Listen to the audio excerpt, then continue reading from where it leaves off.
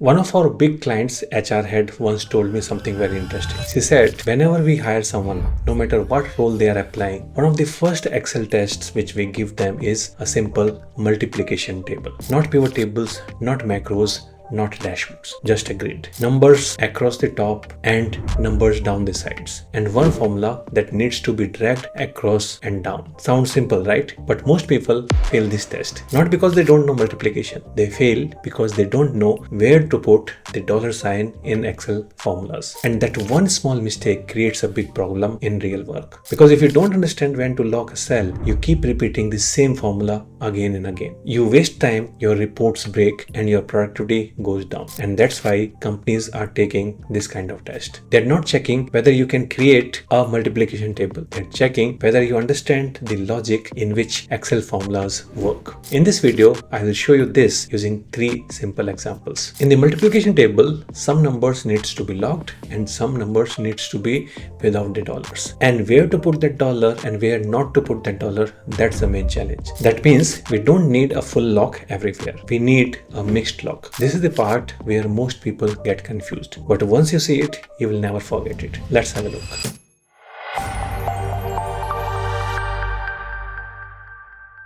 So imagine that you are the boss of a company, or you are the HR head of the company, or maybe CEO of the company. We don't know. Okay. And there are some employees under you. And these are the salaries of those employees. And here you want to give an increment to all these employees. So you want to increase their salary. And you are thinking, okay, I should give 5% raise or 8% raise or 10% or 15%. I would like to give as much as possible, but I need to see my profitability also of the organization. Okay, so I want to understand what would be my salary after the increase. And if I get to know what will be the total of the amount at 5%, 8%, 10% and 15%, then I will be able to take a decision. So here, I will be first writing a normal formula. This cell multiplied with 5%. Let's assume that we are calculating it for 5%. Now, if this is the formula, what we need to fix? We need to fix things which are common for every cell. We need to fix the things where the data is there. Now, in this case, the data, the salaries are there in column B. So we should have dollar before column B. So F4, F4, F4. Okay, so 3 times when I apply F4, it gives me column B before the dollar, like dollar before the column B. In case of C5, what should be fixed? 5%, 8%, 10%, 15%, that is there in row number 5. So 5 should be fixed, because when I move the formula from this cell to right side, then C should become D5, E5, F5, like that. So 5 should be fixed. So I don't need to go in between the cell and then before the dollar, then before the 5 and then I will press F4. No, F4 is good. F4, both dollars, one more time. Oh, before the 5.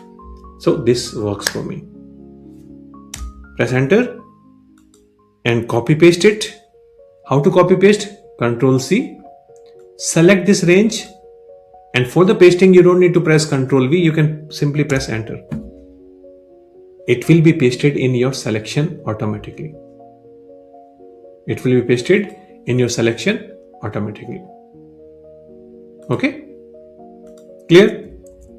So whenever you want to increase someone's salary, maybe you can make use of it. So what the boss wanted to see, okay, this is just the increase. What will be my total salary? So for that, the formula will not be this. It will be this plus this. It will be this plus this. So what we will do, we will add one more component over here, which is this cell. B7 is the original salary, and this is my increased part. Now here also I will need to fix. So out of B and 7, what is common for all the people? It is column B. So I will put dollar before the B column. Press enter. So earlier it was just showing the increment. Now it is showing 45 plus that increment, that is 47. Copy it and then select and enter. So earlier my total salary was how much? 376,000. If I give 15%, it will be 432,000. If I am having that much budget and it doesn't impact my other plans, then go for it. Otherwise, maybe 10%, maybe 8%, maybe 5%, or maybe nothing, depending on your situation. Okay, depending on your situation. Now, some of you might be thinking my F4 key is not working. It is not generating the dollars in the formulas. So it may be possible because of your keyboard settings. So if F4 is not working directly, what you can do, you can press a function key. There is FN key somewhere on your keyboard, function key, and then you can use F4. That's how I'm using. Okay. So it is related to your keyboard setting. What it requires is only F4, but how to execute F4, that may be dependent on your keyboard setting. Okay. So that's my next exercise. Now, similar to this, there is one exercise which you need to do. Okay. And let me know the results in the comment section later. Let me explain it first so that you can do it later. Okay. Because it is exactly same as previous one. What we need is, we were having some sales transactions. We were having some sales transactions in US dollars. And we want to know the value in local currencies, or maybe different currencies, because maybe we are reporting in different currencies. Euro is there, pounds is there, we have dirhams, we have Indian rupees also. And this is the exchange rate from USD to Euro. So to get the Euro amount, it will be USD amount multiplied with the exchange rate from USD to Euro. Where to put the dollars, you need to understand, but I can quickly do it. Here, column A is common, so it will be F4, F4, F4, that's done. And in this case, row number 5 is common because all the exchange rates are in row number 5. Function F4, F4, and that's done. Now let me tell you a trick. Okay, since the majority of the exercise was repetition only, let me tell you a trick to copy it down.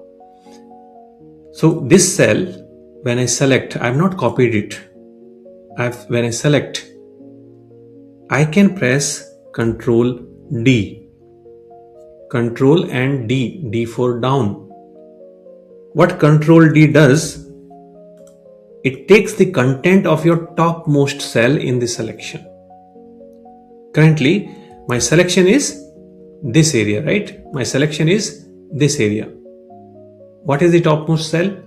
The topmost cell is this one. So it takes this cell, the content of that cell or the formula of that cell, and pastes it over here, and every single cell. Okay. So topmost value, copy it down. Ctrl D is the shortcut. Let me tell you one more shortcut. You can take this and select on the right side, and you can press Ctrl R. The same formula is copied on the rightmost side also. Ctrl D,